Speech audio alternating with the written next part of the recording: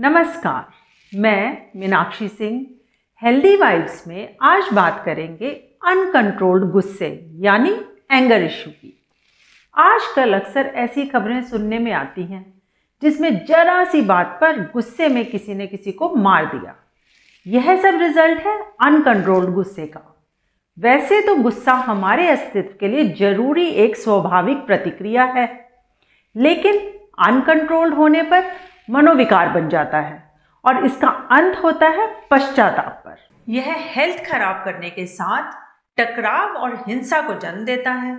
इसका सीधा असर दिमाग के साथ हार्ट और मांसपेशियों पर पड़ता है। तेज गुस्सा आने पर ब्लड प्रेशर के साथ धड़कन बढ़ने और मांसपेशियां तनने से शरीर में सिहरन होने लगती है। अगर मानसिक असर की बात करें तो इसकी वजह से स्ट्रेस, आक्रामकता, एंजाइटी, डिप्रेशन, चिड़चिड़ापन और गिल्ट जैसी भावनाएं उठती हैं। यह जरूरी नहीं कि सभी एक तरह से ही क्रोधित हों। कुछ चीखने चिल्लाने, कोसने, गाली देने, चीजें फेंकने और मारपीट करके क्रोध व्यक्त करते हैं, तो कुछ दूसरों के बजाय खुद पर गुस्सा निकालते हैं। ये खाना छोड़ देंगे, आइसोलेशन में चले जाएंगे, खुद को कोसेंगे या खुद को जख्मी कर लेंगे। कुछ ऐसे भी होते हैं जो गुस्से में बातचीत बंद कर देते हैं या जिनसे नाराज हैं उन पर भद्दी भद्दी टिप्पणियां करते हैं।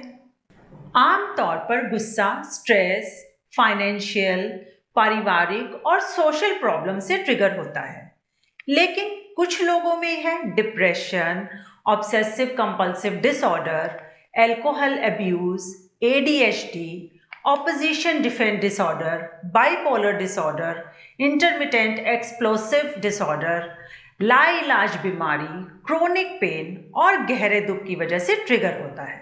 सन 2014 में हुई एक रिसर्च से सामने आया कि शरीर में टेस्टोस्टेरोन का स्तर बढ़ने और कॉर्टिसोल का स्तर घटने से भी ज़्यादा गुस्सा आता है। अब सवाल ये कि नॉर्मल और अनकंट्रोल्ड गुस्से का अंतर कैसे पता चले, तो इसके लिए स्वयं से कुछ प्रश्न करें और उत्तर खोजें। क्या अक्सर गुस्सा आता है? कहीं गुस्से के कारण रिश्ते तो खराब नहीं हो रहे? गुस्से में गाली गलौज के अलावा क्या हाथ भी उठता है? क्या गुस्से में कुछ ऐसा कर जाते हैं जिसका बाद में पछतावा हो? अगर इनका उत्तर हाँ है तो समझिए आप अनकंट्रोल यानी एंगर इशू के शिकार हैं। मनोविज्ञान के मुताबिक यह मेंटल हेल्थ प्रॉब्लम है। अगर इससे छुटकारा पाना है तो बोलते समय कभी भी नेवर और ऑलवेज जैसे शब्दों का प्रयोग ना करें।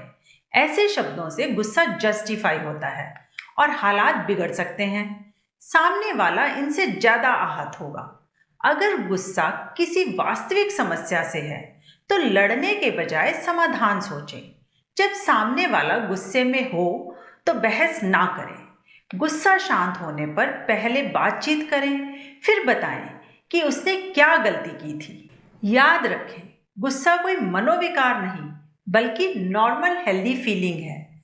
जरूरत यह समझने की है कि इसे उचित तरीके से कब और कैसे व्यक्त किया जाए, और यह होगा एंगर मैनेजमेंट से। इसके लिए गुस्सा आने पर कुछ भी बोलने से पहले 1 से 100 तक गिनती गिने। इससे आप अनाप शनाप बोलने से बच जाएंगे। गुस्से में बोलने से पहले थोड़ा सोचें और रुक जाएं। इससे बाद में पछताना नहीं पड़ेगा। अगर कुछ बोलना है तो पहले सोचें कि क्या बोलना है, इसके बाद ही बोलें। यदि सामने वाला कुछ कह रहा है तो उसे सुनें और समझें कि वह ऐसा क्यों कह रहा है। गुस्सा आने पर दूसरे कमरे या शांत स्थान पर चले जाएं और थोड़ी देर बाद ही वापस आएं। सोचने समझने के बाद गुस्से को इस तरह व्यक्त करें कि टकराव ना हो। अपनी चिंता या जरूरत को ऐसी भाषा में कहें कि सामने वाला बिना आहत हुए आपकी बात सुने। अगर गुस्सा बढ़ रहा है तो तेज सैर करें या दौड़ें। फिजिकल एक्टिविटीज तनाव कम करने में मदद करती हैं।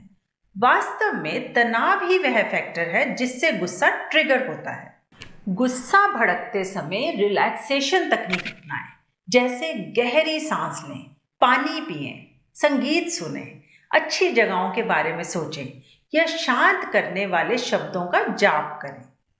स्ट्रेस के समय खुद को छोटे छोटे ब्रेक दें। इस तरह मिले शांत क्षण आपको परेशान या क्रोधित किए बिना आगे की चीजों को बेहतर तरीके से हैंडल करने में मदद करेंगे। जिन बातों पर गुस्सा आता है उन्हें पहचानें और समाधान निकालें।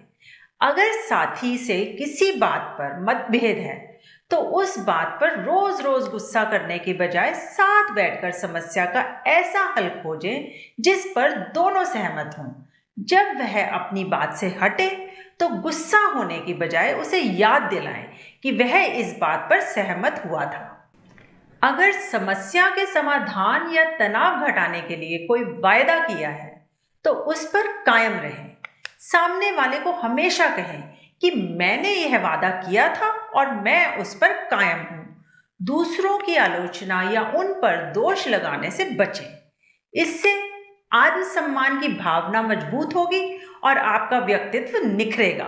किसी के लिए जब भी कुछ करें तो बदले में कोई अपेक्षा ना रखें।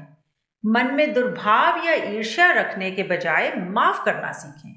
इससे अंदर की कड़वाहट निकलेगी और पॉजिटिविटी आने से स्ट्रेस कम होगा। ह्यूमर से तनाव कम करके गुस्सा शांत करें, लेकिन इस बात का ध्यान रखें कि ह्यूमर से सामने वाले की फीलिंग्स हर्ट ना हो। उम्मीद है आज की जानकारी अनकंट्रोल्ड गुस्से को समझने और उससे छुटकारा दिलाने में मदद करेगी। चैनल को सब्सक्राइब, लाइक और शेयर जरूर करें। इसी कामना के साथ कि सब स्वस्थ रहें। अगले प्रोग्राम में मिलेंगे एक नई जानकारी के साथ। धन्यवाद। नमस्कार।